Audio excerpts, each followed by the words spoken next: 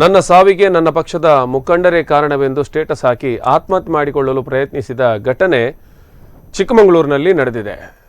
ಪಂಚಾಯತ್ ಅಧ್ಯಕ್ಷೆಯೇ ಈ ಒಂದು ಆತ್ಮಹತ್ಯೆಗೆ ಪ್ರಯತ್ನ ಪಟ್ಟಿರುವಂತಹ ಮಹಿಳೆ ನನ್ನ ಸಾವಿಗೆ ನನ್ನ ಪಕ್ಷದ ಮುಖಂಡರೇ ಕಾರಣ ಎಂದು ಸ್ಟೇಟಸ್ ಹಾಕೊಂಡ್ರು ಆತ್ಮಹತ್ಯೆಗೆ ಯತ್ನಿಸಿದ್ದಾರೆ. ಅಧ್ಯಕ್ಷ ಸ್ಥಾನ ಬಿಟ್ಟು ಕೊಡದಿದ್ದಕ್ಕೆ ಮನನೊಂದು ಪಟ್ಟಣ ಪಂಚಾಯತ್ ಸದಸ್ಯೆ ಈ ರೀತಿಯ ಆತ್ಮಹತ್ಯೆಯ ಪ್ರಯತ್ನವನ್ನು ಮಾಡಿದ್ದಾರೆ.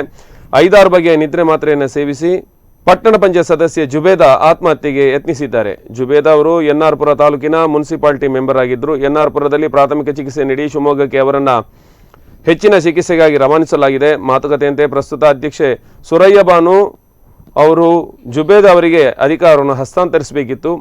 ಆದರೆ ಸ್ಥಾನ ಬಿಟ್ಟುಕೊಡೋದಕ್ಕೆ ಅವರು ಮೀನಮೇಷ ಎಣಿಸ್ತಾ ಇದ್ರು. ಇದರಿಂದ ಮನನೊಂದಂತಹ ಜುಬೇದಾ ಆತ್ಮಹತ್ಯೆಗೆ ಯತ್ನಿಸಿದ್ದಾರೆ.